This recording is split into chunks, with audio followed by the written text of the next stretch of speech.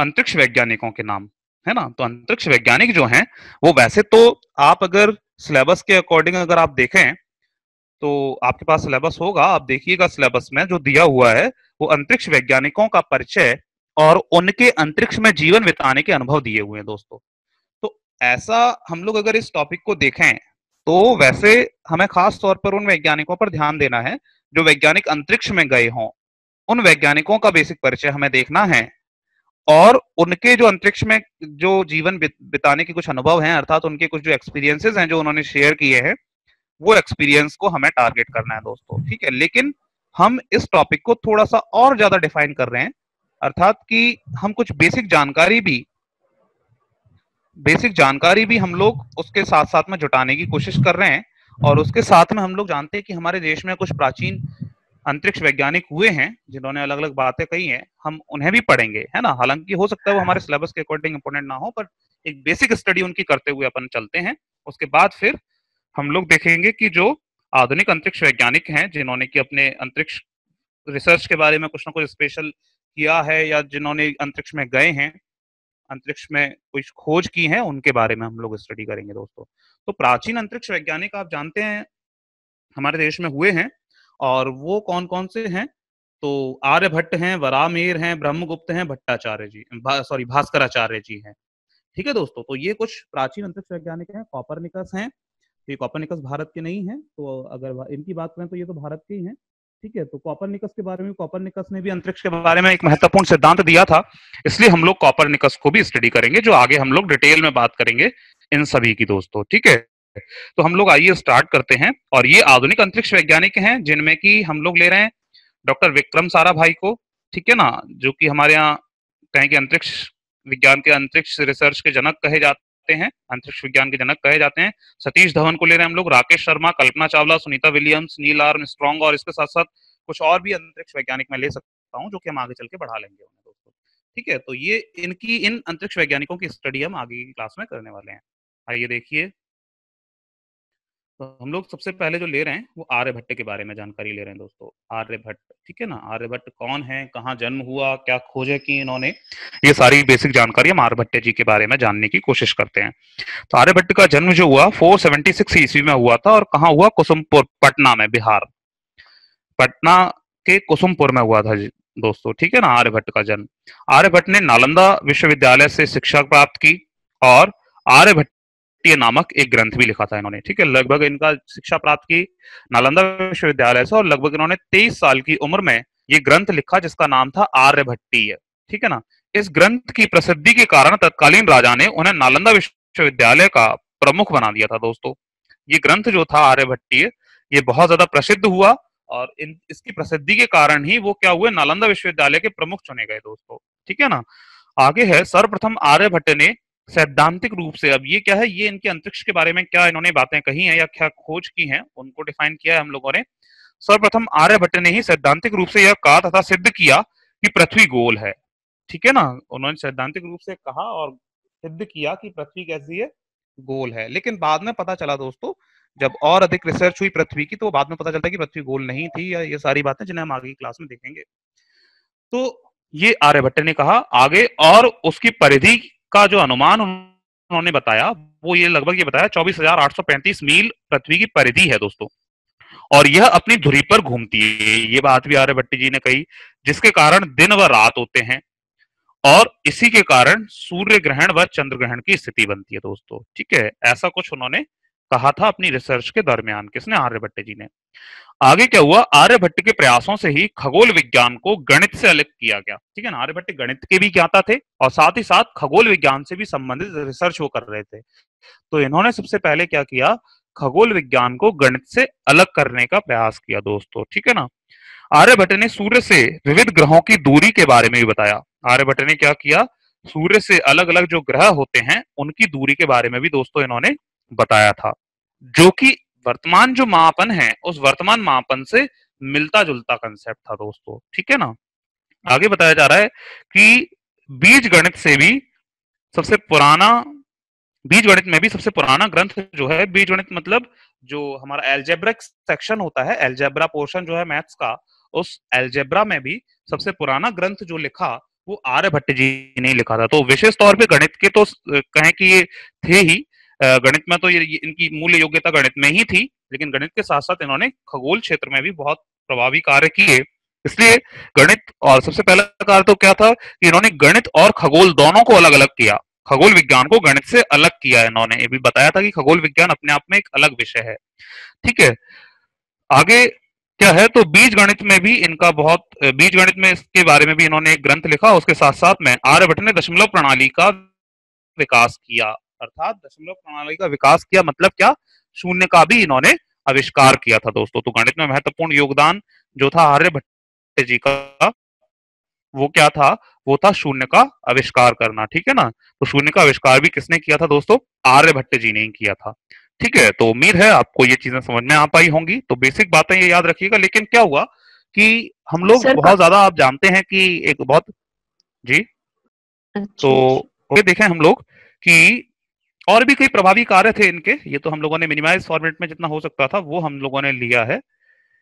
और इसके बाद अगर हम लोग देखें दोस्तों, तो ये आर्यभट्ट जी को हमने पढ़ा, लेकिन क्या हुआ कि एक बहुत लंबा दौर था हेलो। जिसमें हम लोगों ने कि कहें, देखिएगा कि हम लोग जानते हैं कि एक लंबा दौर रहा जबकि हम लोग दूसरे लोगों के उपनिवेश बन के रहे। अर्थात कि हमारे यहाँ पे पहले जानते हैं आप कि कई विदेशी मुस्लिम शासक आए, उसके बाद मुगल आ गए थे, मुगलों के बाद अंग्रेज आ गए थे।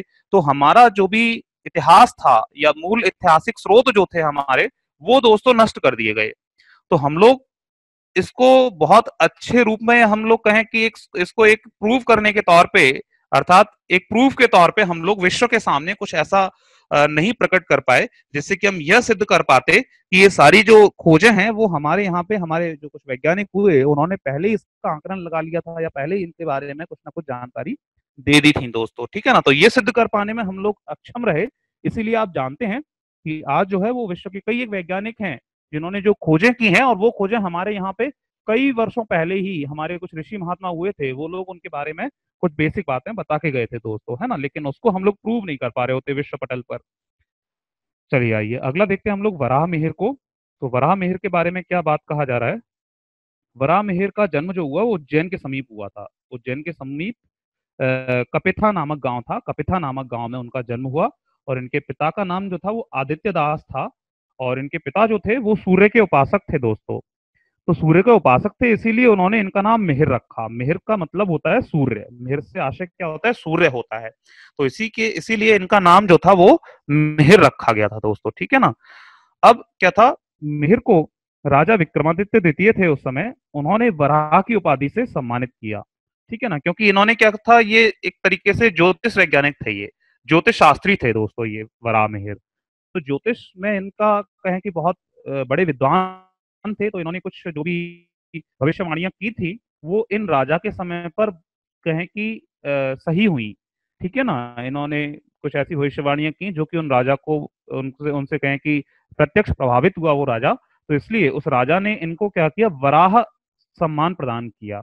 ठीक है ना, वराह एक तरीके से होता है जैसे कि कहें कि विश्व विजेता, एक तरीके से विश्व पे अधिकार करने वाला, इस तरीके से वराह की उपाधि से इन्हें सम्मानित किया। इसलिए इनका नाम जो है वो बराह मिहिर हुआ। ठीक है ना, अब बराह मिहिर के बारे में हम देखें कि बराह मिहिर जो थे वो आर्यभट्ट के शिष्य थे दोस्तों। कौन थे, आर्यभट्ट के शिष्य थे ये बराह मिहिर।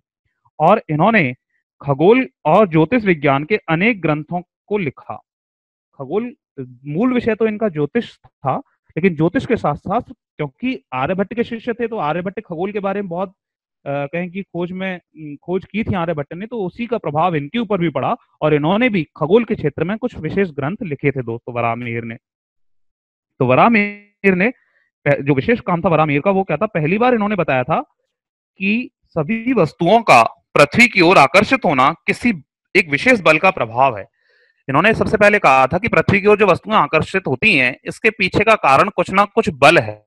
ऐसा उन्होंने नामांकन नहीं किया था, उन्होंने कुछ विशेष ज्यादा डिफाइन नहीं कर पाए थे, लेकिन उन्होंने इतना बता दिया था कि वस्तुएं जो पृथ्वी की ओर आकर्षित होती हैं, इसके पीछे का कारण किसी न किसी बल का होना है।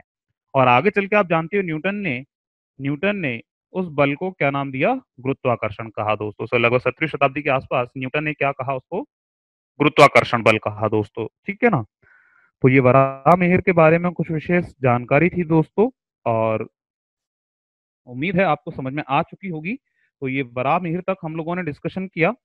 आगे का डिस्कशन जो है वो दोस्तों हम लोग कल की क्लास में कंप्लीट करेंगे। वराहमिहिर के बाद ब्रह्मगुप्त, भास्कराचार्य और कॉपरनिकस, और इसके अलावा एक दो वैज्ञानिक और ले सकता हूँ मैं। तो इनको हम लोग कल कंप्लीट करेंगे, और आधुनिक वैज्ञानिकों के बारे में भी हम लोग कल की क्लास में पढ़ेंगे दोस्तों, है ना।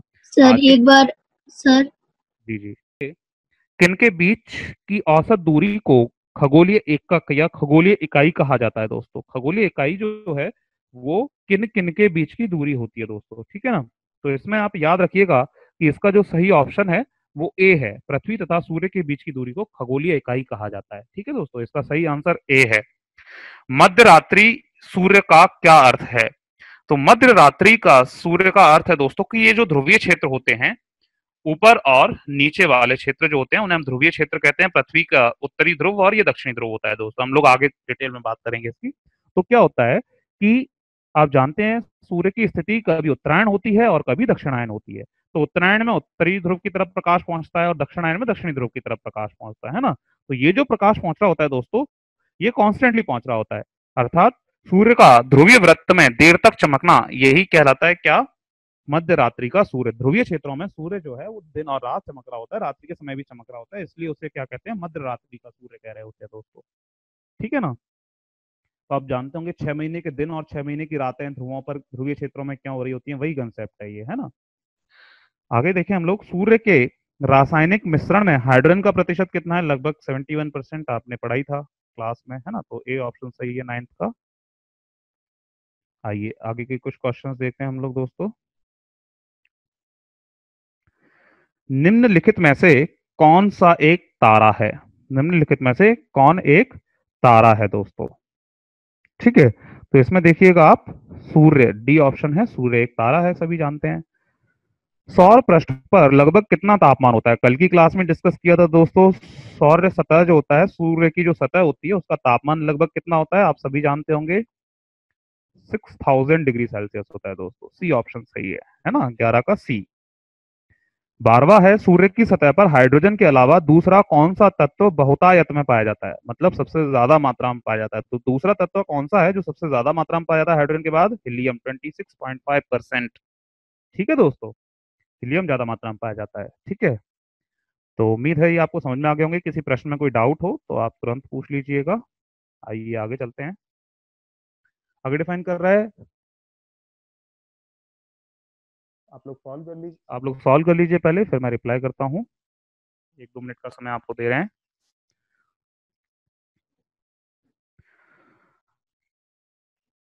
सूर्य प्रकाश धरती तक पहुंचने में कितने मिनट लेता है, ठीक है ना। तो आप जानते हैं 8 मिनट 16 सेकंड का समय लेता है लगभग। तो ये ऑप्शन के साथ में आप चले जाएंगे। सूर्य के सबसे पास कौन सा ग्रह है।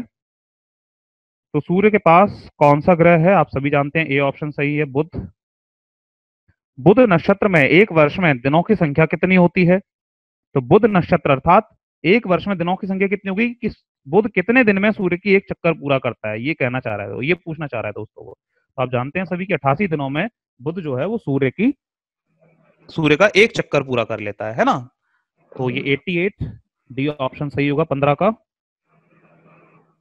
ठीक है। उम्मीद है आप लोग सभी कर पाए होंगे। किसी को किसी में डाउट हो तो आप पूछ लें। आगे क्वेश्चन है आपके सामने है, कोशिश कीजिएगा, फिर मैं सबको डिफाइन करते हुए आंसर्स बता रहा हूं आपको।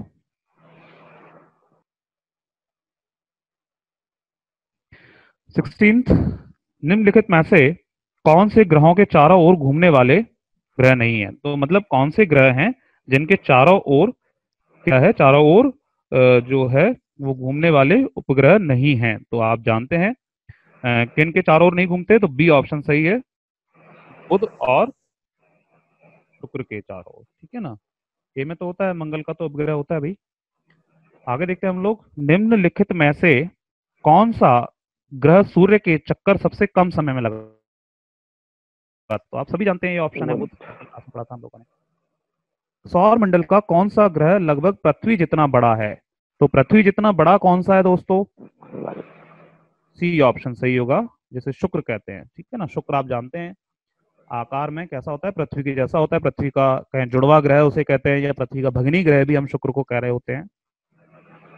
आइए आगे अगले क्वेश्चन हैं। पृथ्वी के सर्वाधिक निकट कौन सा ग्रह है? तो आप सभी जानते हैं, आप पहले टिक कर लीजिएगा, उसके बाद फिर मैं बता दे रहा हूं आपको आंसर्स। आप अपने आप से सॉल्व करने की कोशिश कर लें दोस्तों पहले, और फिर जो भी गलतियां हो उसको रीजन आप समझने की कोशिश करें, समझ में ना आए तो आप पूछ लें। पृथ्वी के सर्वाधिक निकट कौन सा ग्रह है? तो इसका सही जो आंसर होगा वो ए होगा दोस्तों, है ना, शुक्र ग्रह। निम्नलिखित में से किस एक को 21 का क्या है? निम्नलिखित में किसी एक को भोर का तारा और सांझ का तारा शुक्र को कहा जाता है? आप सभी जानते हैं क्यों कहा जाता है, कारण आपको पता होगा, कल ही हम लोगों ने डिस्कस किया था। ठीक है, 22 क्या है? सुपरनोवा। तो 22 में सुपरनोवा के बारे में क्या है? एक ग्रहिका है, एक ब्लैक होल है, एक पुच्छल तारा है, या एक मृत प्राय तारा है? मृत प्राय तारा, ठीक है ना। ये क्या है? सुपरनोवा जो है वो एक मृत प्राय तारा है। मृत प्राय का मतलब होता है ऐसा तारा जो कि उसकी हाईएस्ट पीक पोजीशन पर है, अर्थात जो मरने जा रहा हो। ठीक है ना। तो सुपरनोवा मतलब जब तारे की चमक बहुत ज्यादा हो जाती है और वो उसकी पीक पोजीशन पर जब पहुंच जाता है, सबसे सर्वोच्च चमक पर जब पहुंच जाता है, उस स्थिति को हम सुपरनोवा कहते हैं। और ये क्या है? ऐसा तारा होता है। और इसके बाद क्या होता है? फिर तारा नष्ट हो जाता है, एकदम अंधेरा, तारा खत्म हो जाता है, मतलब अंधकार हो जाता है तारे पर। तो इसे क्या कहते हैं? एक सुपरनोवा जो है एक मृत प्राय तारा है दोस्तों। ठीक है ना। तो डी ऑप्शन सही होगा 22 का। समझ में ना आया हो तो आप पूछ लें। आगे अगला प्रश्न है दोस्तों आपके सामने, आप टिक कर लीजिएगा, फिर मैं आपको आंसर्स बता रहा हूँ इकट्ठे में।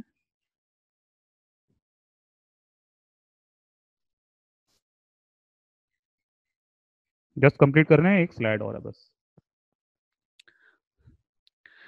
26वां क्वेश्चन है, किस ग्रह को नीला ग्रह कहा जाता है दोस्तों? नीला ग्रह, है ना। तो नीला ग्रह कौन सा है? पृथ्वी, आप जानते हैं पृथ्वी पर जल की मात्रा बहुत अधिक है, इसलिए पृथ्वी को नीला ग्रह कहा जाता है दोस्तों, है ना। 27वां क्वेश्चन है दोस्तों, 27वां क्या है? पृथ्वी स्थित है शुक्र एवं मंगल के बीच में, है ना। आप जानते हैं कि शुक्र, पृथ्वी सूर्य से क्रम के अनुसार अगर हम देखें तो दूसरा ग्रह जो है वो शुक्र है, तीसरा पृथ्वी है, और चौथा कौन सा है? मंगल है, पांचवा बृहस्पति है ना। ये क्रम आपको पता होगा, कल की क्लास में हम लोगों ने डिस्कस किया था। 28, किस दिन पृथ्वी सूर्य के सबसे निकट होती है दोस्तों? ठीक है, इसका आंसर कीजिएगा, किस दिन पृथ्वी सूर्य के सबसे निकट होती है? तो ये कंसेप्ट है एक पूरा, ठीक है, जैसे हम लोग उपसौर अपसौर कहते हैं, और उपसौर अपसौर में हम लोग डिटेल में बात करेंगे बाद में जब पृथ्वी का डिस्कशन कर रहे होंगे। फिलहाल आप इसका आंसर जो होता है वो डी होता है, 3 जनवरी। 3 जनवरी को पृथ्वी जो है वो सूर्य के सबसे निकट होती है दोस्तों। ठीक है ना। उम्मीद है समझ में आ गया होगा, डाउट हो तो आप पूछ लें, अन्यथा आगे बढ़ रहे हैं हम लोग। ये है दोस्तों।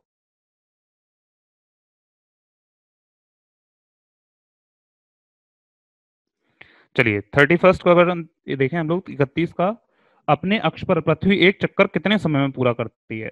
तो एक चक्कर पूरा करने में पृथ्वी को कितना समय लगता है? 23 घंटे 56 मिनट और 4 सेकंड का समय लगता है। B option is correct. ठीक है, बी ऑप्शन इज करेक्ट है। 31 का 23 घंटे 56 मिनट 4 सेकंड का समय लगता है। आगे देखें, पृथ्वी के सबसे निकट स्थित ग्रह, पृथ्वी के सबसे निकट स्थित ग्रह कौन सा है? तो शुक्र है। थोड़ी देर पहले भी ये क्वेश्चन रिपीटेड है। आगे हम देखें, पृथ्वी निम्नलिखित में से कौन सा तारा पृथ्वी के सर्वाधिक समीप है? तो सूर्य। सूर्य जो है वो पृथ्वी के सर्वाधिक समीप का तारा है दोस्तों। ठीक है, ये पूरा हम लोगों ने डिस्कस किया और उम्मीद है आपको समझ में आ गया होगा दोस्तों। ये कुछ प्रश्न थे जो हमने कल की क्लास पर बेस्ड हमने कुछ क्वेश्चन अटेंड किए। कोई डाउट अगर किसी का है तो आप पूछ लीजिए। और ब्रह्मगुप्त के बारे में दोस्तों आपके सामने है जानकारी जो है कि ब्रह्मगुप्त के बारे में हम लोग ये याद रखें कि उनका जन्म जो हुआ वो राजस्थान राज्य में हुआ, और राजस्थान राज्य के भीनमाल नामक शहर में हुआ, जो कि लगभग 598 ईस्वी में था। ठीक है, उसके बाद ब्रह्मगुप्त के बारे में जो महत्वपूर्ण बात यह है कि जो अंतरिक्ष वेधशाला थी उज्जैन में, उज्जैन में जो अ, वहां के राजा थे विक्रमादित्य, उन्होंने वहां पे काफी कहें कि वो अध्ययन करते थे खगोल के संबंध में, और खगोल के संबंध में अंतरिक्ष वहां पे अध्ययन करने के लिए उन्होंने एक वेधशाला का निर्माण करवाया हुआ था। उस वेधशाला के प्रमुख रहे थे ये ब्रह्मगुप्त जो है। ठीक है ना। और इस दौरान उन्होंने 2 ग्रंथ भी लिखे, ब्रह्म स्फुट सिद्धांत और खंड खाद्यक। ठीक है ना, ब्रह्म स्फुट सिद्धांत और खंड खाद्यक, है ना। आगे है इनके ग्रंथ जो थे, ब्रह्म स्फुट सिद्धांत। सामान्य तौर पे ब्रह्मगुप्त के बारे में अगर मैं ओवरऑल आपको बताऊं तो महत्वपूर्ण जो इनका योगदान था वो गणित के क्षेत्र में था दोस्तों। ठीक है ना, महत्वपूर्ण गणितज्ञ थे ये। और बस इस अंतरिक्ष के क्षेत्र में तो आप ये याद रखिएगा कि उज्जैन में जो अंतरिक्ष वेधशाला थी, वहां के वहां के प्रमुख इन्हें बनाया गया था। ठीक है, और इसमें ब्रह्म सूत्र सिद्धांत जो थे उसके 4 अध्याय जो थे वो गणित को समर्पित थे इनके। ठीक है, और इसमें इन्होंने क्या किया था, महत्वपूर्ण जो मुख्य इंपॉर्टेंट बात है वो ये है कि ब्रह्मगुप्त का सबसे महत्वपूर्ण योगदान जो था वो चक्रीय चतुर्भुज पर है। ठीक है, चक्रीय चतुर्भुज का क्षेत्रफल निकालना इन्होंने बताया था, और इन्होंने ये भी बताया था कि जो चतुर्भुज होता है उसके विकर्ण जो होते हैं परस्पर लंबवत होते हैं। चक्रीय चतुर्भुज के विकर्ण परस्पर लंबवत होते हैं, और उसके क्षेत्रफल निकालने का फॉर्मूला ब्रह्मगुप्त ने दिया था। ठीक है दोस्तों, तो ये याद रखिएगा ब्रह्मगुप्त के बारे में कि वो उनका महत्वपूर्ण योगदान तो वैसे गणित के क्षेत्र में था, लेकिन उज्जैन में एक अंतरिक्ष के बारे में वेधशाला थी, एक लेबोरेटरी थी अंतरिक्ष की, उसके प्रमुख बने थे ब्रह्मगुप्त। ठीक है ना।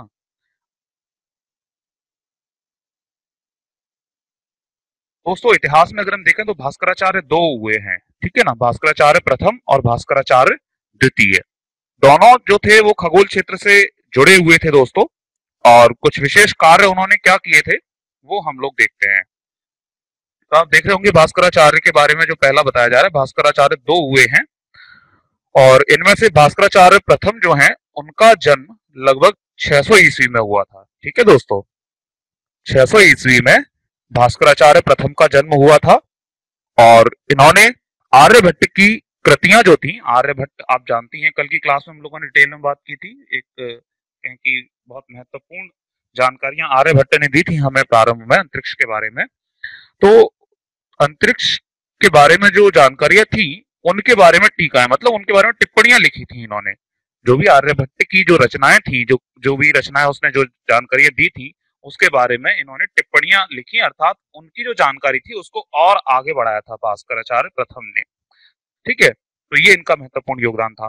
आगे देखें भास्कराचार्य द्वितीय, इन्होंने कुछ महत्वपूर्ण चर्चा की है। भास्कराचार्य द्वितीय ज्यादा फेमस हुए और ज्यादा आवश्यक है हमें याद रखना। ठीक है, तो भास्कराचार्य द्वितीय जो है उनका जन्म 1114 ईस्वी में हुआ था दोस्तों। 1114 ईस्वी में जन्म हुआ, और इनके जन्म स्थान के संबंध में क्या है, डाउटेबल कंडीशन है दोस्तों, क्लेरिफिकेशन नहीं है कि एग्जैक्टली जन्म कहां पर हुआ।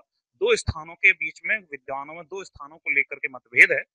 कुछ लोग मानते हैं कि इनका जन्म मध्य प्रदेश के बिदार नामक स्थान पर हुआ, और कुछ लोगों का कहना है कि कर्नाटक के बीजापुर नामक स्थान पर इनका जन्म हुआ था दोस्तों। ठीक है, भास्कराचार्य द्वितीय का। लेकिन ये स्पेशली याद रखना कि भास्कराचार्य द्वितीय जी का जन्म कहीं भी हुआ हो, लेकिन इनका जो कर्म क्षेत्र रहा वो उज्जैन रहा था दोस्तों। कर्म क्षेत्र मतलब कि जहां पे इन्होंने रह करके कार्य किया, जो भी खोजें इन्होंने महत्वपूर्ण की वो कहाँ पे थी, तो वो उनका जो कार्य क्षेत्र था वो उज्जैन रहा दोस्तों। ठीक है, उन्होंने एक जो उनका एक लेख है करण कुतूहल, ठीक है ना, करण कुतूहल नामक ग्रंथ में खगोल विज्ञान संबंधी विषयों की चर्चा की। करण कुतूहल नामक ग्रंथ में खगोल विज्ञान संबंधी विषयों की चर्चा की दोस्तों। ठीक है, और इसमें उन्होंने ग्रहण की स्थितियों का वर्णन लिखा, जो कल हमने पढ़ा था, इक्लिप्स पोजीशन, ग्रहण की स्थितियां जो थी, सूर्य ग्रहण, चंद्र ग्रहण, उसके बारे में इन्होंने वर्णन लिखा इस ग्रंथ में, करण कुतूहल में। ठीक है ना, और इन्होंने सबसे पहले बताया था कि जब चंद्रमा सूर्य को ढक लेता है तो उस स्थिति को सूर्य ग्रहण कहा जाता है, तथा जब पृथ्वी की छाया चंद्रमा को ढक लेती है तो उसे चंद्र ग्रहण कहा जाता है। ठीक है, तो भास्कराचार्य द्वितीय ने ग्रहण के संबंध में विशेष जानकारी दी, इस बात को आप याद रखिएगा दोस्तों। ठीक है, तो उम्मीद है आपको समझ में आया होगा। भास्कराचार्य दो हुए, भास्कराचार्य प्रथम जिन्होंने की आर्यभट्ट के जो लेख थे या कृतियां थी उन पर टिप्पणियां लिखी हैं, आर्यभट्ट भास्कराचार्य द्वितीय जिन्होंने की ग्रहण के संबंध में अपनी जानकारी दी, अर्थात सूर्य ग्रहण और चंद्र ग्रहण की व्याख्या की थी भास्कराचार्य द्वितीय ने। ठीक है दोस्तों, तो आइए हम नेक्स्ट आगे चलते हैं। भास्कराचार्य के बाद अगला जो हमें देखना है वो कॉपरनिकस के बारे में हमें पढ़ना है दोस्तों। थोड़ा सा जरूरी है ये, और होने को तो ये एक यूरोपीय कहें कि खगोलज्ञ थे, यूरोपीय खगोल विद्वान थे, यूरोपीय खगोल वैज्ञानिक थे, किंतु इनकी खोजों के संबंध में जो चर्चाएं हुई, खोज जो इनकी इतनी महत्वपूर्ण है कि ये विश्व में सबसे पहले इन्होंने मतलब सार्थक जानकारी दी।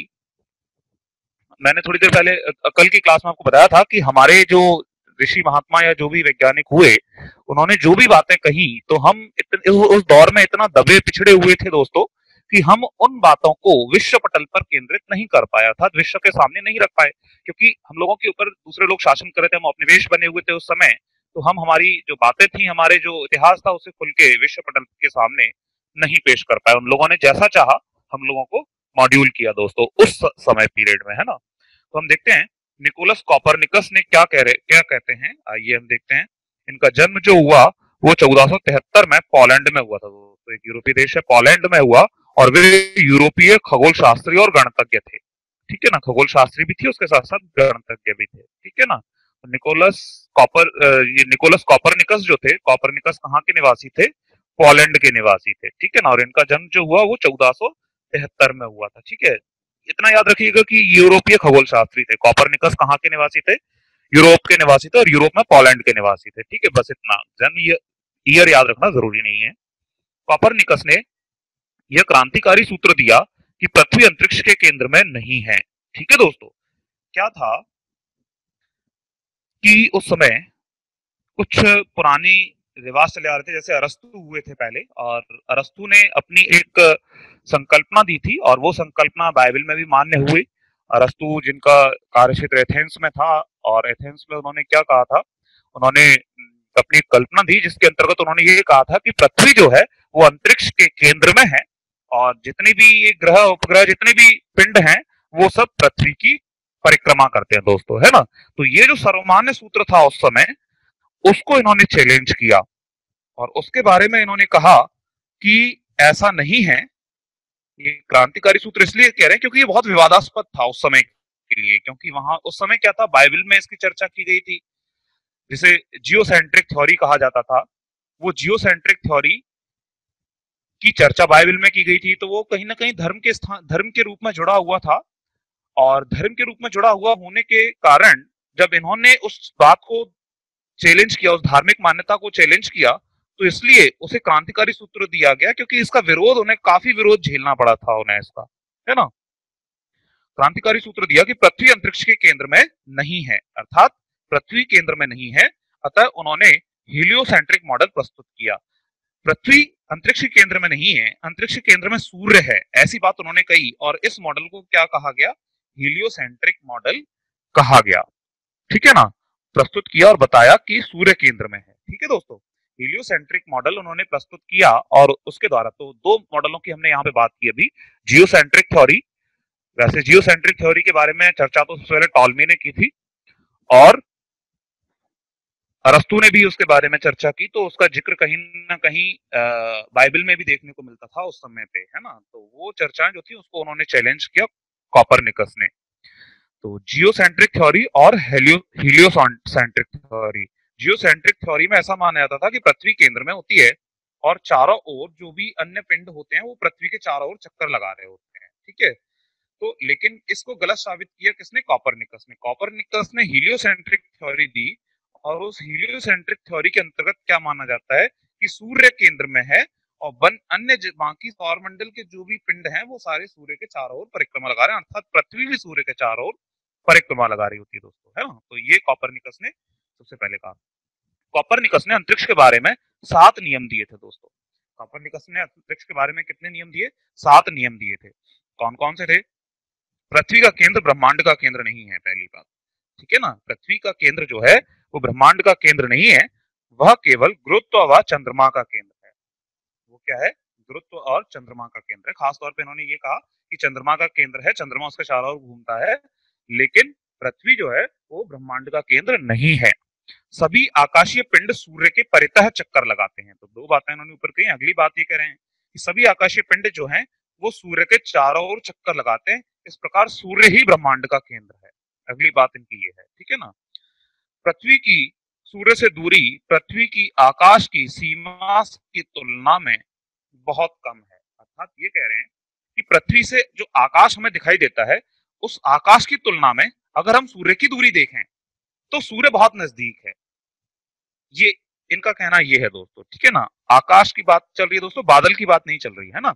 आकाश की जो दूरी है पृथ्वी से, उसकी तुलना में सूर्य की दूरी बहुत कम है, ऐसा इन्होंने कहा था दोस्तों। ठीक है। आकाश में हम जो गतियां देखते हैं वह दरअसल पृथ्वी की गतियों के कारण होता है। ठीक है ना। आकाश में जो हम गतियां देखते हैं वह दरअसल किस कारण होता है? पृथ्वी की गतियों के कारण होता है। ठीक है दोस्तों।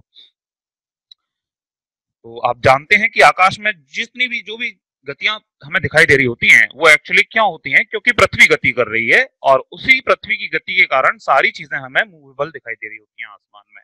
ठीक है, जैसे सूर्य जो है पूर्व में उगता है, उसके बाद गति करता हुआ फिर पश्चिम दिशा में अस्त होता है। ये सारे कारण किस लिए होते हैं? तो ये कारण है पृथ्वी के गतिशील होने के कारण। ठीक है दोस्तों, आगे देखते हैं। जो भी सूर्य की गति देखते हैं वह पृथ्वी की गति के कारण होती है, उसी की व्याख्या है दोस्तों। सूर्य की जो गति है वो सूर्य की अपनी गति नहीं है, पृथ्वी गतिशील है इसलिए सूर्य गति करता हुआ दिखाई देता है। ठीक है, और जो भी ग्रह अगर गति करते हुए दिख रहे हैं तो सामान्यतः किस लिए गतिशील दिखाई देते हैं? क्योंकि पृथ्वी गति कर रही है और पृथ्वी के सापेक्ष पृथ्वी गतिशील है तो वो अन्य चीजें जो है वो भी गतिशील दिखाई दे रही होती है दोस्तों। ऐसा किसने कहा? निकोलस कॉपरनिकस ने कहा था दोस्तों। ठीक है ना, तो ये कॉपरनिकस की व्याख्या थी जो उसने दी। अब इसके अलावा दोस्तों हम लोग आगे देख रहे हैं कि अन्य जो कुछ वैज्ञानिक और थे, खगोल शास्त्री जो थे, उन्होंने क्या क्या बातें कही, तो वो सिर्फ एक तौर पे सारांश के तौर पे आपके सामने मैंने प्रेजेंट किया है। इनको बस सारांश के तौर पे हमें दिमाग में रखना है कि किसने क्या बात कही, बस उतनी सी बात है। बाकी जीवन परिचय उनका बहुत ज्यादा महत्वपूर्ण हमारे लिए नहीं था। तो आप देखेंगे इसमें कि ये जो है क्लॉडियस टालमी है, जो कि मिस्र या यूनान के हैं। निवासी कहाँ के थे? मिस्र या यूनान के। तो 140 ईस्वी के आसपास इनका कार्यक्षेत्र रहा और इन्होंने क्या अपनी व्याख्या दी तो उसके बारे में हम देखते हैं। तो इनकी जो व्याख्या थी वो इन्होंने सर्वप्रथम ब्रह्मांड का नियम अध्ययन कर भू केंद्रित अवधारणा का प्रतिपादन किया। भू केंद्रित मतलब जियोसेंट्रिक थ्योरी दी, और ये उससे पहले भी कई वैज्ञानिक हालांकि कह चुके थे, लेकिन इन्होंने उसको क्या है, उन्होंने उसको तथ्यात्मक रूप में, सैद्धांतिक रूप में इन्होंने विकसित किया उसको। किसने? टॉलमी ने, है ना। भू केंद्रित मतलब जियोसेंट्रिक, जिसकी हम थोड़ी देर पहले बात कर रहे थे। तो आप याद रखिएगा कि जियोसेंट्रिक थ्योरी का प्रतिपादन किसने किया? तो जियोसेंट्रिक थ्योरी का प्रतिपादन क्लॉडियस टॉलमी ने किया था। इतनी बात बस आपको याद रखनी है यहाँ से, ठीक है ना। और उसका उसका मूल रूप तो हम समझ के आ चुके हैं कि उसका मतलब क्या था। इस अवधारणा के अनुसार पृथ्वी ब्रह्मांड के केंद्र में है तथा सूर्य व अन्य ग्रह इसकी परिक्रमा करते हैं। जियोसेंट्रिक थ्योरी क्या कहती है कि पूरा जो हमारा जो ब्रह्मांड है वो उसके केंद्र में पृथ्वी है और सारे जो भी अन्य ग्रह पिंड जो भी हैं वो पृथ्वी की परिक्रमा कर रहे होते हैं। ऐसा जियोसेंट्रिक थ्योरी के अंतर्गत टॉलमी, क्लॉडियस टॉलमी के द्वारा कहा गया। और एक लंबे समय तक यह अवधारणा चलती रही। ठीक है ना, ब्रह्मांड के संदर्भ में यह अवधारणा लंबे समय तक चलती रही। तो किसी अवधारणा को हम मानते चले आ रहे हैं होते हैं दोस्तों, तो जैसे ही उसके बारे में आगे देखेंगे आप, आगे की जो बात की जा रही है वो कॉपरनिकस के बारे में की जा रही है। कॉपरनिकस जो कि पोलैंड के निवासी थे और इन्हें आधुनिक खगोल शास्त्र का जनक भी कहा जाता है दोस्तों, है ना। आधुनिक खगोल शास्त्र का जनक भी कहें, क्योंकि खगोल शास्त्र के बारे में जो भी कुछ भ्रांतियां थी वो सारी की सारी भ्रांतियां कॉपरनिकस ने खत्म कर दी थी दोस्तों। तो कॉपरनिकस ने उनको खत्म करने का प्रयास किया था या उनके बारे में सही जानकारी देने का प्रयास किया था दोस्तों, है ना। तो इनके बारे में पढ़ते हैं इन्होंने क्या विशेष कार्य किया। तो इन्होंने अपनी हस्तलिखित पुस्तक का नाम है, वो आज जरूरी नहीं है हमारे लिए, आप ये देखिएगा, सूर्य केंद्रित अवधारणा अर्थात हेलियोसेंट्रिक कंसेप्ट के अंतर्गत इन्होंने बताया कि ब्रह्मांड के केंद्र में पृथ्वी नहीं है अपितु सूर्य है। ठीक है, थोड़ी देर पहले हम चर्चा कर चुके हैं। यद्यपि ब्रह्मांड संबंधी उनकी अवधारणा सौर परिवार तक ही सीमित थी, तथापि इस अवधारणा ने ब्रह्मांड के अध्ययन की दिशा बदल दी। इस सिद्धांत के अनुसार दैनिक गति में पृथ्वी अपने अक्ष पर तथा वार्षिक गति में सूर्य के चारों ओर परिक्रमा करती है। ये दोनों बातें आप याद रखिएगा दोस्तों। बस इसमें आपको बातें याद रखनी है, जिसका सारांश रूप में आपको बता देता हूँ कि हेलियोसेंट्रिक थ्योरी या हेलियोसेंट्रिक कंसेप्ट, सूर्य केंद्रित अवधारणा किसके द्वारा दी गई थी? तो उसमें आप याद रखिएगा कॉपरनिकस, निकोलस कॉपरनिकस। ठीक है, और दूसरी बात है कि इसके द्वारा क्या कहा जा रहा होता है, तो इस अवधारणा के द्वारा सूर्य केंद्र में होता है, बाकी सारे पिंड उसके चारों ओर चक्कर लगा रहे होते हैं। ठीक है दोस्तों, और अगली बात, इस सिद्धांत के अनुसार दैनिक गति पृथ्वी के गतिशील होने के कारण दैनिक गति कह रहे होते हैं, जिसके कारण दिन और रात होते हैं, और वार्षिक गति जिसके द्वारा की ऋतु परिवर्तन या मौसम परिवर्तन हमें देखने को मिलता है दोस्तों, और वो किस कारण होता है, तो वो सूर्य के चारों ओर पृथ्वी की परिक्रमा के कारण हो रहा होता है। ठीक है दोस्तों, उम्मीद है समझ में आ गया होगा। आपको कोई डाउट हो तो आप लास्ट में पूछ लीजिएगा। आगे है विलियम हर्शेल। तो ब्रिटेन के रहने वाले थे विलियम हर्शेल, 1805 में हुए। और 1805 में विलियम हर्शेल के होने के बाद इन्होंने क्या किया, इन्होंने दूरबीन की सहायता से अंतरिक्ष का अध्ययन कर बताया कि सौर मंडल आकाशगंगा का एक अंश मात्र है। तो दोस्तों आप जानते हैं लगभग लगभग आपके 17वीं शताब्दी में गैलीलियो के द्वारा आपका गैलीस्कोप का कहीं खोज की गई, अर्थात दूरदर्शी की खोज की गई, और उसके आधार पर टेलीस्कोप की खोज की गई, और टेलीस्कोप या दूरबीन के आधार पर इन्होंने बताया कि जो हम लोग बात करें अगर तो विलियम हर्शेल के बारे में, तो इन्होंने बताया कि दूरबीन की सहायता से इन्होंने जांच की कि अंतरिक्ष का अध्ययन कर सौर मंडल जो है वो आकाशगंगा का एक अंश मात्र है।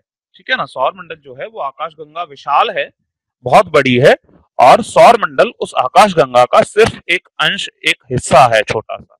ऐसा इन्होंने बताया विलियम हर्शेल ने, कब 1805 के आसपास में। ठीक है दोस्तों, और आगे अगर हम देखें, अगला जो वैज्ञानिक हुए हैं वे हैं एडविन पावेल हब्बल। ठीक है ना, एडविन पावेल याद रखिएगा नाम, ये ज्यादा कॉमन रहता है, अमेरिका के हैं, यूएसए के रहने वाले हैं। 1925 के आसपास इन्होंने अपनी थ्योरी दी, और इसमें इन्होंने स्पष्ट किया कि दृश्य पथ में आने वाले ब्रह्मांड का व्यास 250 करोड़ प्रकाश वर्ष है।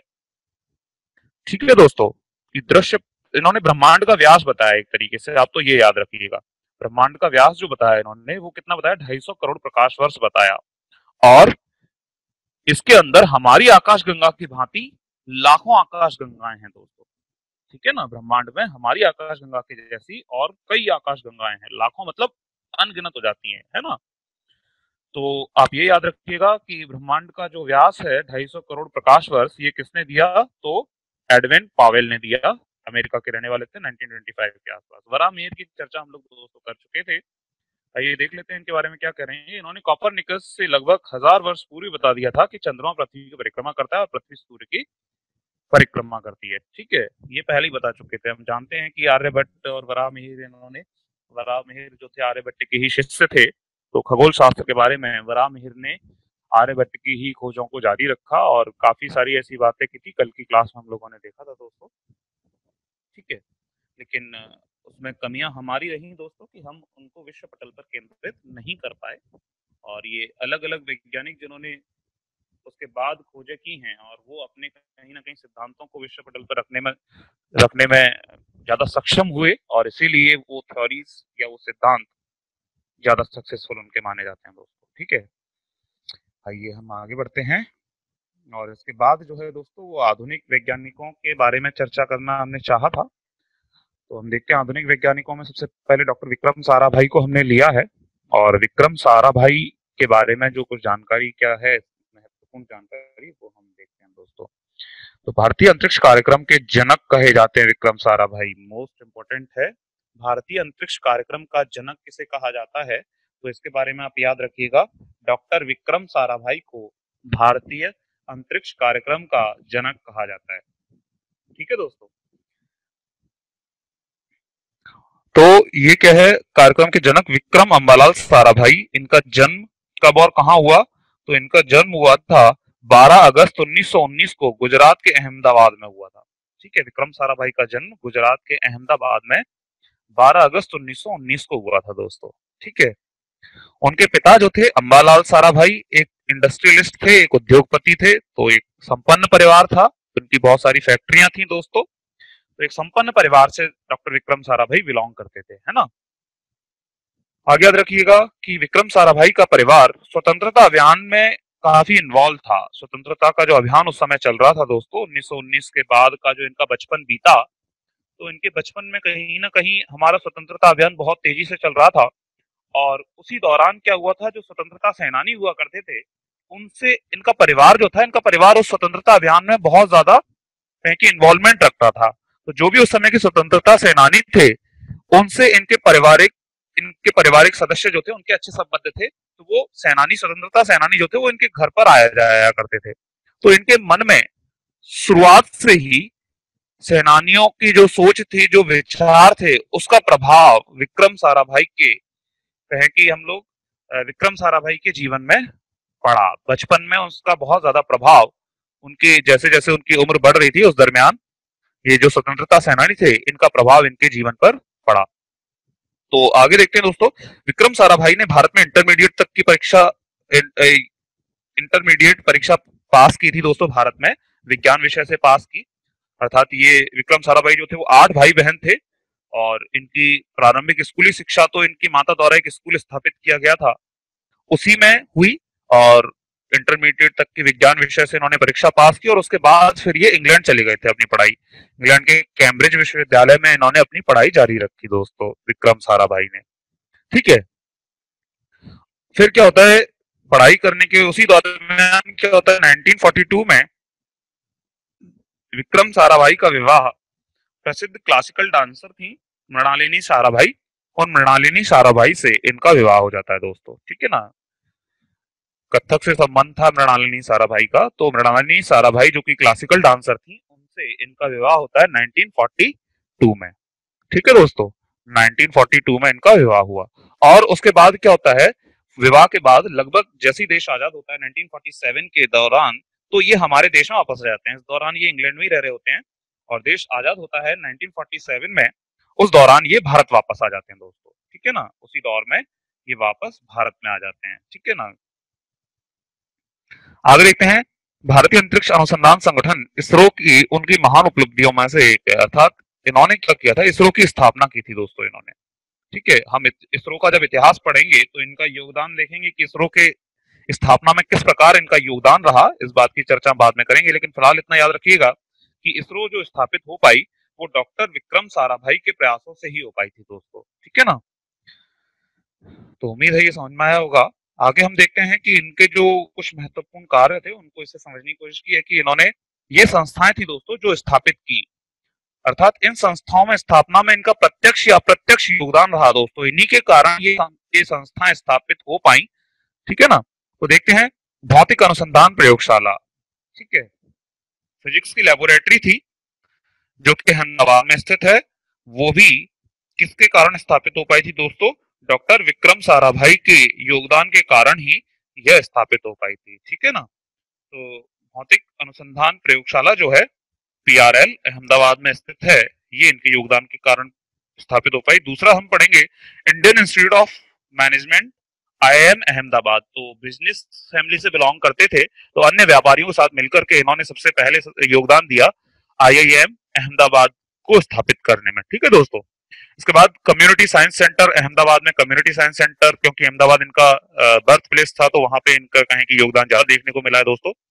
दर्पण अकादमी फॉर परफॉर्मिंग आर्ट्स। ठीक है, अपनी पत्नी के साथ मिलकर इन्होंने दर्पण एकेडमी स्थापित की थी फॉर परफॉर्मिंग आर्ट्स के लिए। ठीक है ना, इनकी पत्नी आर्ट्स के क्षेत्र से आप जानते हैं कहीं ना कहीं बिलोंग करती थी, डांसिंग क्षेत्र से, तो आर्ट्स के क्षेत्र में इन्होंने दर्पण एकेडमी को स्थापित किया। विक्रम साराभाई अंतरिक्ष केंद्र स्थापित हुआ तिरुवनंतपुरम में। ठीक है दोस्तों, ये पहले तो थुम्बा केंद्र के नाम से था, थुम्बा प्रक्षेपण केंद्र, लेकिन जैसे ही विक्रम साराभाई का देहांत हुआ 1971 के आसपास, उनके चले जाने के बाद इसका रीनेम कर दिया गया, जिसका बाद में नाम रखा गया विक्रम साराभाई अंतरिक्ष केंद्र, है ना, जो कि तिरुवनंतपुरम में स्थित है। तो आगे देखते हैं हम स्पेस एप्लीकेशन सेंटर, ये अहमदाबाद में स्थापित हुआ और यह संस्थान साराभाई द्वारा स्थापित 6 संस्थानों केंद्रों के विलय के बाद स्थापित हो पाया। इनके जो पूर्व स्थापित संस्थान थे उनके विलय के बाद स्पेस एप्लीकेशन सेंटर, है ना। आगे देखेंगे हम लोग फास्टर ब्रीडर टेस्ट रिएक्टर, ये कलपक्कम में स्थापित किया था इन्होंने। Variable energy cyclotron project Kolkata में स्थापित हुआ दोस्तों। Electronics corporation of India limited Hyderabad में स्थापित किया दोस्तों। Uranium corporation of India limited Jaduguda Bihar में स्थापित किया दोस्तों। ठीक है ना, तो ये जो कुछ संस्थाएं हैं वो संस्थाएं विक्रम साराभाई के योगदान स्वरूप ही या तो प्रत्यक्षता इन्होंने की या इनका कुछ ना कुछ उसमें इन्वॉल्वमेंट रहा, ये संस्थाएं इनके सहयोग से स्थापित हो पाई दोस्तों हमारे देश में। ठीक है ना, इसके साथ साथ हम आगे देखते हैं कि जो भारत में क्या इनका अंतरिक्ष में क्या योगदान रहा उस तरीके से। तो भारतीय अंतरिक्ष अनुसंधान संगठन इसरो की स्थापना उनकी महान उपलब्धियों में से एक थी दोस्तों। ठीक है, रूसी स्पुतनिक के प्रमोशन के बाद उन्होंने भारत जैसे विकासशील देश के लिए अंतरिक्ष कार्यक्रम के महत्व के बारे में सरकार को राजी किया। जैसे ही रूस ने अपना एक अंतरिक्ष यान जैसे उन्होंने कहें कि प्रमोचित किया, तो उसके बाद इन्होंने गवर्नमेंट ऑफ इंडिया से डिस्कशन किया और अपने स्पेस प्रोग्राम को इन्होंने तीव्रता देना चाहिए और उनके सामने इसके महत्व, इसकी विशेषताओं के बारे में सरकार को तैयार किया कि हम ऐसे अंतरिक्ष से संबंधित कुछ कार्यक्रम हमारे देश में भी स्थापित करें। ठीक है दोस्तों, डॉक्टर विक्रम साराभाई ने अपने उद्धरण में अंतरिक्ष कार्यक्रम के महत्व पर जोर दिया। इन्होंने ऐसा कहा था, इनका स्टेटमेंट है एक, ऐसे कुछ लोग जो ऐसे कुछ लोग हैं जो विकासशील राष्ट्रों के अंतरिक्ष गतिविधियों को प्रासंगिकता पर सवाल उठाते हैं। इन्होंने मतलब ऐसे लोग जो कि अंतरिक्ष कार्यक्रम जो था उसका विरोध कर रहे थे, उसके संबंध में ये बात कही थी कि विकासशील देशों में कुछ ऐसे लोग भी होते हैं जो कि अंतरिक्ष गतिविधियों के प्रासंगिकता पर सवाल उठाते हैं और हमारे सामने उद्देश्य की कोई अस्पष्टता नहीं है। ऐसे कुछ इन्होंने गवर्नमेंट को किस आधार पर तैयार किया, ऐसे कुछ स्टेटमेंट थे उनके, वो स्टेटमेंट आपके सामने पेश है। हम चंद्रमा या ग्रहों की गवेषणा या मानव सहित अंतरिक्ष उड़ानों में आर्थिक रूप से उन्नत राष्ट्रों के साथ प्रतिस्पर्धा की कोई कल्पना नहीं कर रहे हैं, ठीक है ना। लेकिन हमारे यहाँ पे इनका कहना था, जैसे गवर्नमेंट को एग्री किया, आप प्लीज साइलेंट कर लीजिए, जिसका भी ओपन हुआ है डिस्टर्बेंस हुआ है ना। सही देखते हैं, इसके साथ इन्होंने क्या कहा, हम चंद्रमा ग्रहों की गवेषणा या मानव सहित अंतरिक्ष उड़ान आर्थिक रूप से उन्नत राष्ट्रों के साथ हम लोग कंपटीशन नहीं कर रहे हैं, किंतु फिर भी हमें अंतरिक्ष गतिविधियों में अपना कुछ ना कुछ योगदान देना आवश्यक है। लेकिन हम आश्वस्त हैं कि अगर हमें राष्ट्रीय स्तर पर और राष्ट्रों के समुदाय में कोई सार्थक भूमिका निभानी है तो हमें मानव और समाज की वास्तविक, ठीक है, तो ये क्या है कि कहीं ना कहीं हमें राष्ट्र के रूप में और विश्व स्तर पर हमें अपना कुछ ना कुछ अगर वर्चस्व स्थापित करना है तो उसके लिए प्रौद्योगिकी अर्थात टेक्नोलॉजी को हमें आगे बढ़ाना ही बढ़ाना पड़ेगा, ऐसा उन्होंने गवर्नमेंट को कहते हुए एग्री किया। ठीक है ना, जरूरी नहीं है लेकिन बस एक बेसिक कंसेप्ट समझने के लिए स्टेटमेंट शामिल किया दोस्तों हम लोगों ने। आइए देखते हैं आगे। विज्ञान के क्षेत्र में उनकी उपलब्धियों को देखते हुए 1962 में शांति स्वरूप भटनागर पुरस्कार उन्हें दिया गया। शांति स्वरूप भटनागर पुरस्कार 1962 में उन्हें दिया गया, ठीक है। और भारत सरकार ने उन्हें 1966 में पद्म विभूषण से अलंकृत किया। भारत सरकार ने 1966 में पद्म भूषण से अलंकृत किया उन्हें। और इन सब के अतिरिक्त Indian academy of sciences, national institute of sciences of India, physical society, London की कैम्ब्रिज थियोसॉफिकल सोसाइटी ने उन्हें अपना फेलोशिप प्रदान की। ये उनके कुछ उपलब्धियां थी दोस्तों जो उन्हें इनाम के तौर पर मिली। और 1971 में दोस्तों इनका देहांत हो गया था, ठीक है ना। तो ये कुछ चीजें थी जो कि डॉक्टर विक्रम साराभाई के बारे में दोस्तों हमने देखा। के बाद हम अगला देख रहे हैं दोस्तों, अगले जो वैज्ञानिक हुए प्रोफेसर सतीश धवन। प्रोफेसर सतीश धवन के बारे में देखते हैं। तो जैसे ही इनका देहांत हुआ उसके बाद जो भारत में अंतरिक्ष गतिविधियों को सुचारू रूप से जारी रखा, उन अंतरिक्ष गतिविधियों को सुचारू रूप से जारी रखने में बहुत महत्वपूर्ण योगदान दोस्तों देखने को मिलता है सतीश धवन जी का, प्रोफेसर सतीश धवन जी का, है ना। और इनके बारे में आप देखिएगा, प्रोफेसर सतीश धवन जिनका जन्म 25 सितंबर 1920 में हुआ था, एक भारतीय रॉकेट वैज्ञानिक थे। क्या थे? भारतीय रॉकेट वैज्ञानिक थे जिनका जन्म भारत के श्रीनगर में और शिक्षा संयुक्त राज्य अमेरिका में संपन्न हुई, ठीक है ना। शिक्षा, इनकी जो शिक्षा थी, इनका जन्म भारत में हुआ था श्रीनगर में, और इनकी जो शिक्षा थी वो यूएसए में संपन्न हुई। उन्होंने भारतीय वैज्ञानिक समुदाय द्वारा भारत में प्रायोगिक तरल गतिकी अनुसंधान का जनक और विक्षोभ और परिसीमा परतों के क्षेत्र में प्रख्यात शोधकर्ताओं में से एक माना जाता है, ठीक है ना। तो आप ये देखिएगा कि कहीं ना कहीं भारतीय वैज्ञानिक समुदाय जो था उसमें भारतीय प्रायोगिक तरल गतिकी, इसका तात्पर्य क्या होता है दोस्तों? भारत में प्रायोगिक तरल गतिकी से मतलब ये होता है कि जो लिक्विड फ्यूल के संबंध में इन्होंने कुछ अनुसंधान किए थे उसका जनक इन्हें कहा जाता है, ठीक है दोस्तों। जो लिक्विडिटी के थ्रू जो मोशन होता है उसके संबंध में इन्होंने महत्वपूर्ण खोजें की, इसलिए उन्हें तरल गतिकी अनुसंधान का जनक कहा जा रहा है दोस्तों, ठीक है। आगे देखते हैं। उन्होंने 1972 में भारतीय अंतरिक्ष अनुसंधान संगठन के अध्यक्ष के रूप में, 1972-71 में हम जानते हैं के अध्यक्ष जो थे वो कहें कि विक्रम साराभाई वो चले गए थे दुनिया से, और उसके बाद 1972 में ये जो कार्यभार संभाला, ये कार्यभार सतीश धवन जी ने संभाला। 1972 में क्या हुआ? भारतीय अंतरिक्ष अनुसंधान संगठन अर्थात इसरो के अध्यक्ष चुना गया था दोस्तों इन्हें, ठीक है ना। इसरो का अध्यक्ष कब चुना गया सतीश धवन को, तो 1972 में। आइए आगे देखते हैं। भारतीय अंतरिक्ष कार्यक्रम के जनक विक्रम साराभाई का स्थान ग्रहण किया। तो आप जानते हैं भाई, अभी थोड़ी देर पहले हमने चर्चा कर ही ली थी कि 1971 में जैसे विक्रम साराभाई गए तो उनका स्थान किसने ग्रहण किया, प्रोफेसर सतीश धवन ने ग्रहण किया। याद रखिएगा ये बात आप स्पेशली। वे अंतरिक्ष आयोग के अध्यक्ष और अंतरिक्ष विभाग भारत सरकार के सचिव भी रहे। अंतरिक्ष विभाग में भारत सरकार के सचिव भी रहे थे दोस्तों, ठीक है ना। उनकी नियुक्ति के बाद के दशक में उन्होंने असाधारण विकास और शानदार उपलब्धियों के दौर से भारतीय अंतरिक्ष कार्यक्रम निर्देशित किया। मतलब उनकी जो कहें कि नियुक्ति हुई तो उसके बाद भारतीय अंतरिक्ष कार्यक्रम को उन्होंने इस प्रकार डील किया कि उसके बाद मतलब कि भारतीय अंतरिक्ष कार्यक्रम में बहुत अधिक तीव्रता आई, बहुत अधिक कहें कि वृद्धि या बहुत तरक्की देखने को मिली भारतीय अंतरिक्ष कार्यक्रम में दोस्तों, ठीक है ना। इसके बाद प्रोफेसर सतीश धवन ने ग्रामीण शिक्षा, सुदूर संवेदन और उपग्रह संचार पर अग्रगामी प्रयोग किए, ठीक है। तो इन्होंने स्पेशली उपग्रह संचार पर, जो हमारा सैटेलाइट कम्युनिकेशन होती है, उपग्रह संचार मतलब सैटेलाइट कम्युनिकेशन पर, ठीक है ना। ग्रामीण शिक्षा या सुदूर संवेदन से मतलब होता है कि कहें कि जो डिस्टेंस सुदूर बहुत दूर, और संवेदन मतलब होगा कि कम्युनिकेशन एक तरीके से, और इन पर बहुत अधिक प्रभावी प्रयोग किए, ठीक है ना। उनके प्रयासों से इनसेट एक दूरदर्शी उपग्रह, IRS भारतीय सुदूर संवेदन उपग्रह और ध्रुवीय उपग्रह प्रमोशन यान, है ना, PSLV जैसी, ये हम लोग दोस्तों आगे पढ़ेंगे, हम लोग डिटेल में इसकी बात करेंगे।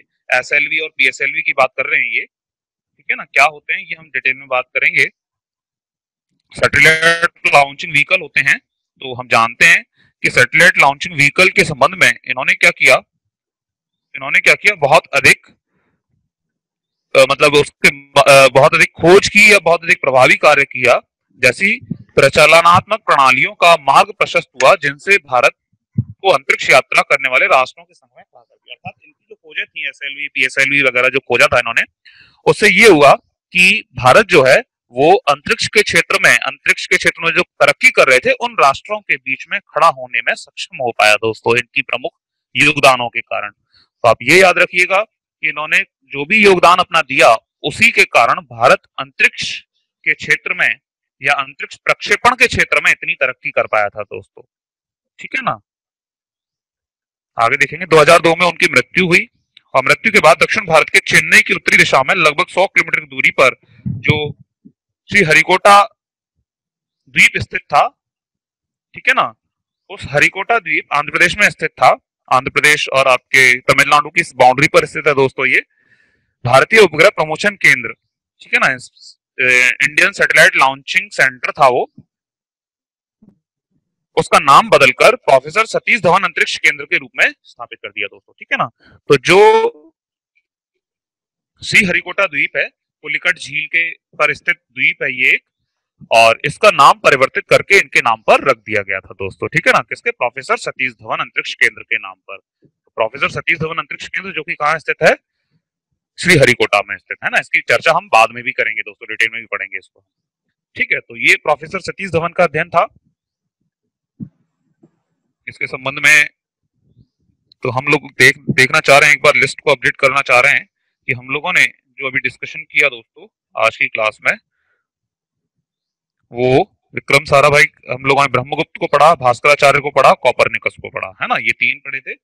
विक्रम साराभाई को पढ़ लिया और डॉक्टर सतीश धवन जी को पढ़ लिया, डॉक्टर विक्रम साराभाई और सतीश धवन जी को हम लोगों ने पढ़ा दोस्तों, ठीक है। अगली जो चर्चा करने हम जा रहे हैं वो राकेश शर्मा जी हैं। कौन है, राकेश शर्मा, ठीक है। तो अगला जो वैज्ञानिक हम ले रहे हैं वो राकेश शर्मा ले रहे हैं। राकेश शर्मा को दोस्तों थोड़ा सा हमने डिटेल में चर्चा की है राकेश शर्मा की, क्योंकि राकेश शर्मा क्या थे कि आपको सिलेबस में जैसा कि मैं पहले बता चुका था कि जो दिया हुआ था वो अंतरिक्ष वैज्ञानिकों का परिचय और उनके अंतरिक्ष में जीवन बिताने के कुछ अनुभव शेयर करने थे, है ना। टॉपिक आपका ये था अगर सिलेबस में आप लोग देखेंगे तो। जिन वैज्ञानिकों ने अंतरिक्ष में कुछ जीवन बिताए हैं उनके बारे में स्पेशल हमें कुछ चर्चा ऐसी करनी है कि अंतरिक्ष में उनके क्या कहना था अंतरिक्ष के बारे में, ये भी चीज हम लोगों ने इसमें शामिल की है दोस्तों, है ना। तो आइए हम लोग राकेश शर्मा जी का अध्ययन कंटिन्यू करते हैं।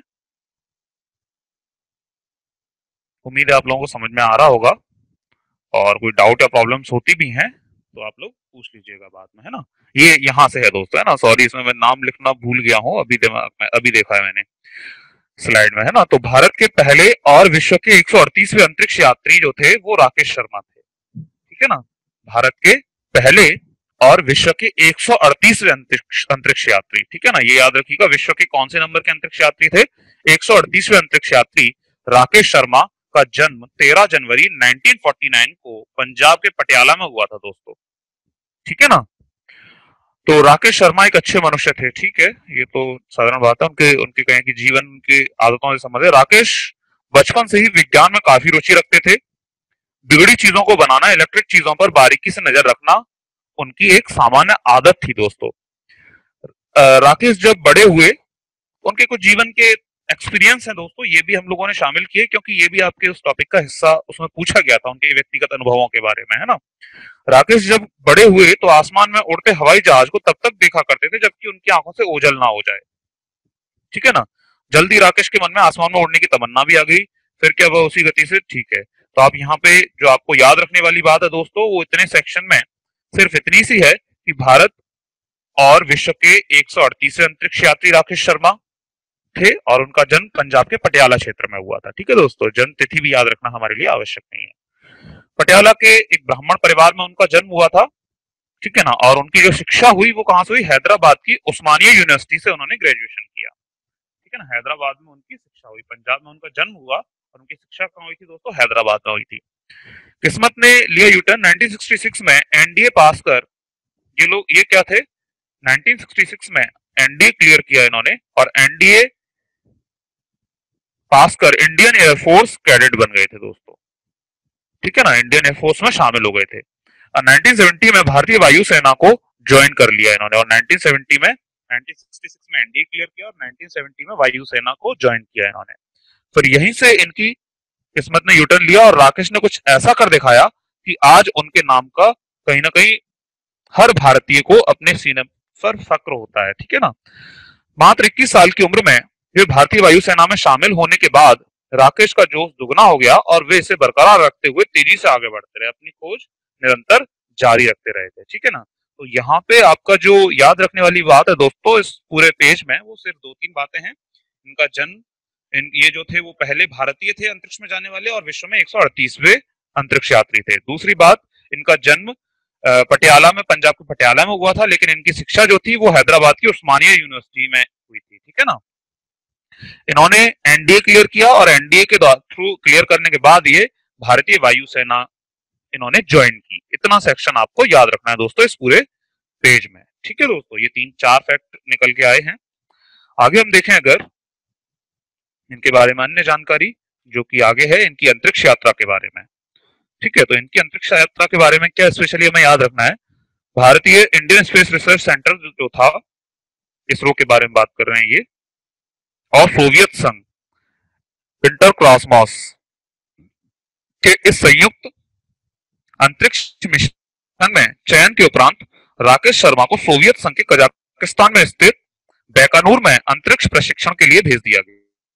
तो दोस्तों इनका सिलेक्शन जो था इंडियन एयरफोर्स में जब ये कार्यरत थे तो इनका सिलेक्शन किसमें हो गया था? इनका सिलेक्शन यूएसएसआर, जो तत्कालीन यूएसएसआर था, आज रूस कहते हैं जैसे, यूएसएसआर जिसके जो अंतरिक्ष कार्यक्रम था उसमें इनका सिलेक्शन हो गया था दोस्तों। और इनको उसी की ट्रेनिंग के लिए कहाँ भेज दिया गया? कजाकिस्तान के बैंकावूर में इनका अंतरिक्ष प्रशिक्षण केंद्र था, वहां पे भेज दिया गया, ठीक है। उसके साथ एक और भारतीय गए थे जिनका नाम रवीश मल्होत्रा था, ठीक है ना। प्रशिक्षण के उपरांत आखिर वो दिन आया जिसका सभी भारतीयों को इंतजार था। 3 अप्रैल 1984 का वह ऐतिहासिक दिन जब तत्कालीन सोवियत संघ के बैंकावूर से सोयूज T11 अंतरिक्ष यान ने 3 अंतरिक्ष यात्रियों के साथ उड़ान भरी और इन अंतरिक्ष यात्रियों के दल में राकेश शर्मा के अतिरिक्त और कौन कौन थे तो वो नाम इन्होंने दिए हैं। तो आप ये याद रखिएगा कि 3 अप्रैल 1984 को इन्होंने अंतरिक्ष में उड़ान भरी दोस्तों, ठीक है ना। और किससे? तो वो सोयूज T11, ये उसके विशेष तौर पे 1984 आप याद रखिएगा, 1984 में इन्होंने अपनी उड़ान भरी दोस्तों, है ना, सोयूज T11 से। सोयूज T11 अंतरिक्ष यान का नाम है, ठीक है ना। और उसके साथ इनके साथ में 2 और अंतरिक्ष यात्री थे, कुल मिला के 3 अंतरिक्ष यात्रियों ने उड़ान भरी थी। और इस अंतरिक्ष दल में कौन कौन था? तो अंतरिक्ष यान के कमांडर वाई.वी. मालीशेव और फ्लाइट इंजीनियर टी.एम. स्ट्रकोलॉफ थे। T M. Strakolov, sorry G M. Strakolov, ठीक है ना। Flight engineer GM. स्ट्रकोलॉफ थे और अंतरिक्ष यान के कमांडर थे वाई.वी. मालीशेव, ठीक है ना। अंतरिक्ष यान सोयूज टी-11 ने सफलतापूर्वक तीनों अंतरिक्ष यात्रियों को सोवियत रूस के ऑर्बिटल स्टेशन सैल्यूट 7 में पहुंचा दिया, ठीक है ना। तो ये मतलब अपनी कहें कि प्रक्षेपण अपना करने में सफल रहे। और राकेश शर्मा ने अंतरिक्ष में कुल 7 दिन 21 घंटे 40 मिनट का समय बिताया, ये याद रखें आप, ठीक है ना। किस अंतरिक्ष यान से? तो सोयूज टी-11 से। और सोयूज टी-11 से और कितना समय इन्होंने बिताया? 7 दिन 21 घंटे 40 मिनट का समय इन्होंने अंतरिक्ष में बिताया। इस अंतरिक्ष दल ने 43 प्रयोग किए, जिनके अंतर्गत वैज्ञानिक और तकनीकी अध्ययन शामिल था, ठीक है ना। इस मिशन पर राकेश शर्मा को बायोमेडिसिन और रिमोट सेंसिंग के क्षेत्र के संबंध में जिम्मेदारी सौंपी गई थी। बायोमेडिसिन और रिमोट सेंसिंग, दो चीजों के बारे में इनको जिम्मेदारी सौंपी गई थी दोस्तों, ठीक है ना। आगे हम देखते हैं, इस अंतरिक्ष यात्रा के दौरान उड़ान दल ने मॉस्को में सोवियत संघ के अधिकारियों के साथ फिर तत्कालीन भारतीय प्रधानमंत्री इंदिरा गांधी के साथ एक ज्वाइंट टेलीविजन न्यूज कॉन्फ्रेंस की, ठीक है ना। इन्होंने क्या किया? एक ज्वाइंट कॉन्फ्रेंस की। पहले तो मॉस्को के सोवियत अधिकारी जो थे, यूएसएसआर के अधिकारी जो थे, उनसे की। और उसके बाद फिर क्योंकि राकेश शर्मा भारत के थे, तो भारतीय प्रधानमंत्री जो थी तत्कालीन भारतीय प्रधानमंत्री इंदिरा गांधी के साथ इन्होंने एक कॉन्फ्रेंस की। और उस कॉन्फ्रेंस के दौरान क्या था, इंदिरा गांधी ने पूछा, राकेश शर्मा से पूछा, अपना भारत अंतरिक्ष से कैसा दिखता है? तो उसके संबंध में उन्होंने जवाब दिया कि सारे जहां से अच्छा हिंदुस्तान हमारा, ऐसा करके उन्होंने स्टेटमेंट बोला था दोस्तों। इस मिशन के साथ भारत अंतरिक्ष में मानव भेजने वाले देशों की श्रेणी में शामिल हो गया। ये जो मिशन था, इसके साथ ही भारत जो था वो अंतरिक्ष में मानव भेजने वाले देशों की श्रेणी में शामिल हो गया था। भारत ऐसा करने वाला विश्व का 14वां देश बन गया था दोस्तों, ठीक है ना। इस महत्वपूर्ण क्षण को लाखों भारतवासियों ने अपने टीवी सेट पर भी देखा था दोस्तों, ठीक है ना। इस क्षण को लाखों भारतवासियों ने अपने टीवी सेट पर भी देखा था। तो इस पेज में अगर मैं इंपॉर्टेंट फैक्ट्स की बात करूं दोस्तों, खास तौर पे आप ध्यान रखिएगा, एक बार रिवाइज कर लेते हैं पूरा, कि जो इनका कहें कि कब ये अंतरिक्ष में इन्होंने अपना प्रक्षेपित हुए, ये अर्थात अपना कहें कि अंतरिक्ष यात्रा इन्होंने प्रारंभ की, तो अप्रैल 1984 में इन्होंने अपना अंतरिक्ष यात्रा प्रारंभ की। और कहां से की? तो कजाकिस्तान के बैकानूर से की, ठीक है ना। और किस यान से की? तो सोयूज टी-11 से की। कौन सा अंतरिक्ष यान था जिससे राकेश शर्मा गए थे? तो सोयूज टी-11, ये याद रखिएगा, ठीक है ना। और इनके साथ इनके 2 अन्य साथी भी थे, ठीक है। अगर नाम याद रख पाते हैं आप तो ठीक है, मालीशेव और स्ट्रकोलॉफ, अन्यथा जरूरी नहीं है, नाम उतना जरूरी नहीं है, अगर याद हो जाए ठीक है, अन्यथा बहुत ज्यादा फोकस मत होना है इस पे, ठीक है ना। इंपोर्टेंट में बात करें तो कहां से उड़ान भरी? कजाकिस्तान स्थित बैकानूर से, तत्कालीन यूएसएसआर क्षेत्र था वो। कब भरी थी? तो अप्रैल 1984 में, ठीक है ना। दूसरी बात, तीसरी बात, किस यान से भरी? तो सोयूज टी-11 अंतरिक्ष यान था जिससे उड़ान भरी, और इनके साथ इनके 2 अन्य साथी भी थे, ठीक है। क्लियर है दोस्तों? तो आगे देखते हैं हम लोग, इन्होंने अंतरिक्ष में कितना समय बिताया। ये एक फैक्ट याद रखिएगा, 7 दिन 21 घंटे और 40 मिनट का समय इन्होंने अंतरिक्ष में बिताया। और इन्होंने 43 प्रयोग किए, और इसमें राकेश शर्मा को जो जिम्मेदारी सौंपी गई, वो बायोमेडिसिन और रिमोट सेंसिंग की जिम्मेदारी राकेश शर्मा को सौंपी गई थी, बायोमेडिसिन और रिमोट सेंसिंग के संबंध में, ठीक है ना। अगला है दोस्तों, इसमें जो इंपॉर्टेंट फैक्ट है कि जब इन्होंने इंदिरा गांधी को कॉल किया था, तो मतलब वीडियो कॉन्फ्रेंसिंग, न्यूज कॉन्फ्रेंसिंग की इन्होंने, और क्या किया, अपना भारत, इंदिरा गांधी ने इनसे प्रश्न पूछा था कि अपना भारत अंतरिक्ष से कैसा दिखाई देता है, तो इन्होंने जवाब दिया, सारे जहां से अच्छा हिंदुस्तान, ठीक है। तो ऐसा करने वाला भारत में जो मानव भेजने वाला, हम कहें कि जो देश था, वो 14वां देश था विश्व में। भारत ऐसा करने वाला उस समय पे 14वां देश बना दोस्तों, ठीक है ना। तो चलिए आइए हम देखते हैं आगे इनके संबंध में और कुछ खास जानकारी है दोस्तों। तो आगे कह रहा है, कार्यभार, सैल्यूट 7 में रहते हुए राकेश शर्मा ने भारत की नई तस्वीरें उतारी, ठीक है ना। और उन्होंने अंतरिक्ष में 7 दिन रहकर 33 प्रयोग किए थे दोस्तों। कितने प्रयोग किए थे? 33 प्रयोग किए थे। भारहीनता से पैदा होने वाले असर से निपटने के लिए राकेश शर्मा ने अंतरिक्ष में अभ्यास किया। मतलब भारहीनता की वहां पे क्या होता है, भार नहीं होता, क्योंकि आप जानते हैं अंतरिक्ष में ग्रेविटी नहीं होती, जी शून्य होता है, जी कैसा होता है, जीरो होता है। तो जी जीरो होगा तो अर्थात उस स्थिति को भारहीनता कहते हैं, है ना। वजन और भार का कंसेप्ट आपने सुना होगा। तो वो भारहीनता पैदा होने वाले असर से निपटने के लिए राकेश शर्मा ने अंतरिक्ष में अभ्यास किया। उनका काम रिमोट सेंसिंग से जुड़ा था, ये तो बात हम पहले पढ़ चुके हैं, ठीक है ना। तो इस दौरान तीनों अंतरिक्ष यात्रियों ने स्पेस स्टेशन से मॉस्को और नई दिल्ली से साझा संवाददाता सम्मेलन को भी संबोधित किया। ऐसा गौरवपूर्ण क्षण जिसे करोड़ों भारत, ठीक है, आपको सिर्फ इतना रखना है, याद रखना है कि इसमें राकेश शर्मा ने 7 दिन में रहकर अपने 33 प्रयोग किए थे, ठीक है ना। और इन्होंने भारहीनता से जूझने के लिए अंतरिक्ष में कुछ अभ्यास भी इन्होंने अपने किए थे, ठीक है दोस्तों। ये कार्यभार के बारे में था। आगे हम देखें मिशन की समाप्ति। तो राकेश शर्मा जब अंतरिक्ष से भारत लौटकर आए थे तो इंदिरा गांधी ने पूछा था कि हमारा भारत अंतरिक्ष से कैसा लगता है। तब राकेश शर्मा ने जवाब दिया था, सारे जहां से अच्छा हिंदुस्तान हमारा। ठीक है, ये तो बात पहले भी हो चुकी थी।